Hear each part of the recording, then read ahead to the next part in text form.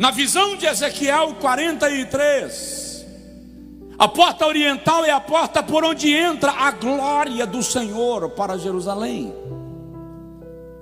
Na visão de Ezequiel capítulo 44, a porta estará fechada e só se abrirá para a chegada ou para a passagem do príncipe ou do Messias.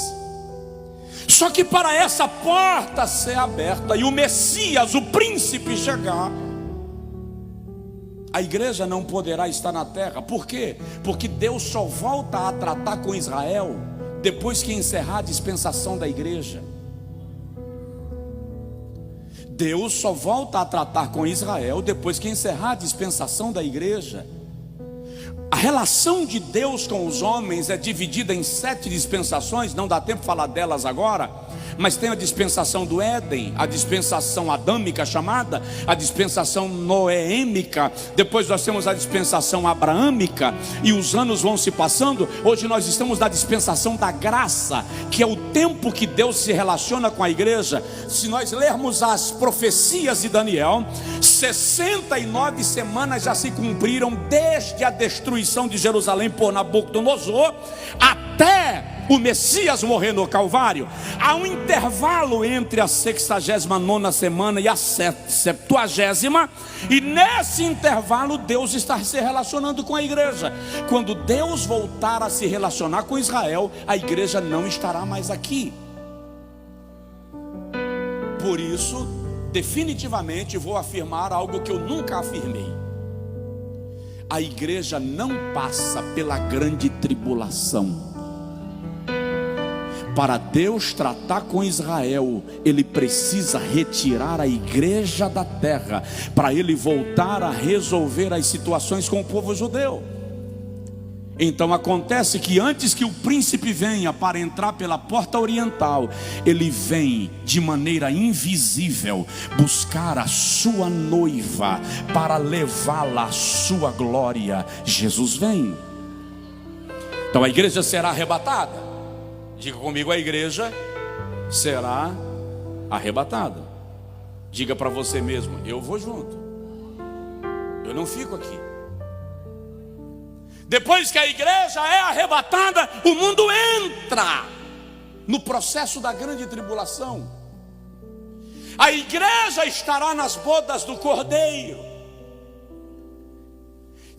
No finalzinho das bodas do Cordeiro, vamos para Zacarias capítulo 13, versículo 8 e 9. No finalzinho das bodas do Cordeiro, no céu, o mundo estará em grande tribulação aqui. O anticristo decidirá invadir as terras de Israel e tomar posse delas, e destruí-la, e dominar, e passar por cima. Zacarias capítulo 13, versículo 8 e 9 diz assim: e acontecerá em toda a terra, diz o Senhor, que as 2 partes dela serão extirpadas e expirarão, mas a terceira parte restará nela, e farei passar esta terceira parte pelo fogo, e a purificarei como se purifica a prata, e a provarei como se prova o ouro, e ela invocará o meu nome, e eu a ouvirei e direi: é o meu povo. E ela dirá: o Senhor é o meu Deus. Final da grande tribulação, o anticristo invade as terras de Israel, e a terça parte, diz o texto, dos habitantes daquela terra será exterminada.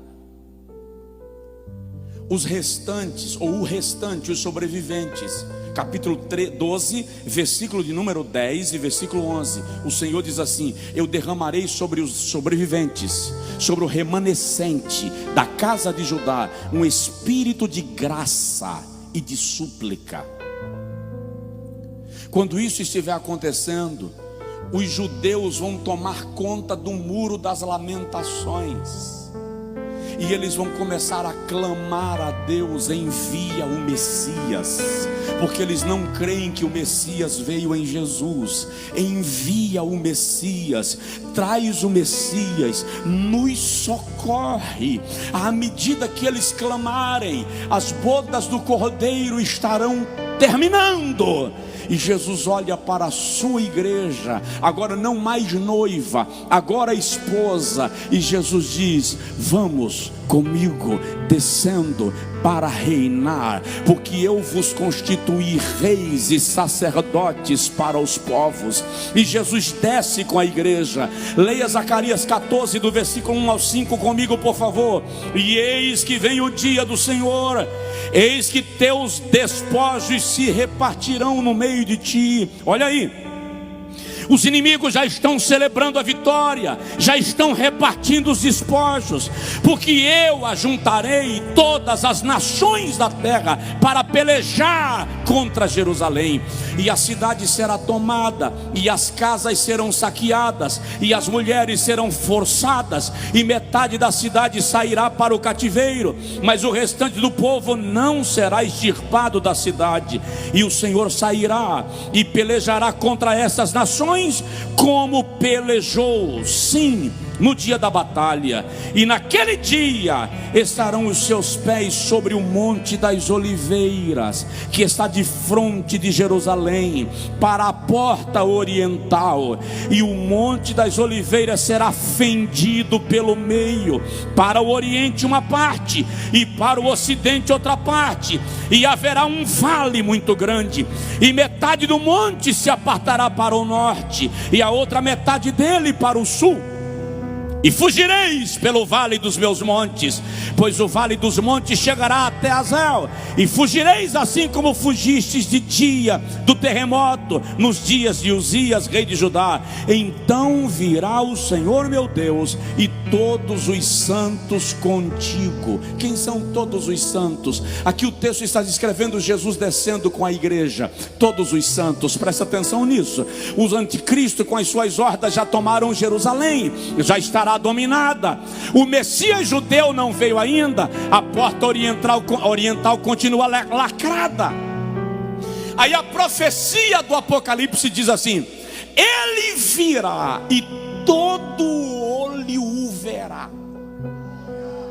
Não está falando do arrebatamento, porque quando ele vier arrebatar a igreja, os olhos do mundo não o verão, só a igreja o verá. A mensagem aqui está falando da sua vinda para estabelecer o seu reino. Ele desce com a sua igreja. Todas as cadeias de televisão, todas as plataformas de vídeo que estiverem transmitindo a guerra da destruição de Jerusalém, o domínio do anticristo, exaltando o grande antideus, vão ter que virar as suas câmeras para as nuvens, vendo alguma coisa acontecer. Os anjos disseram para os discípulos: assim como o vistes ir, um dia ele voltará. Ou seja, todo olho verá. E o texto diz que quando ele pisar sobre o monte das oliveiras, o monte vai rachar, uma parte para um lado, outra parte para o outro lado. Por que o monte vai rachar? Porque tem um cemitério na frente da porta oriental, e ele, como sacerdote, não pode pisar num solo onde tem cadáver sepultado. Então quando ele pisar, o monte vai rachar e vai abrir cadáveres para um lado, cadáveres para o outro lado, e ele passa em solo puro para entrar em Jerusalém como o rei que virá para reinar eternamente. Como é que não crê na Bíblia, irmão? Como é que Zacarias sabia que haveria um cemitério na frente da porta oriental 1200 anos depois?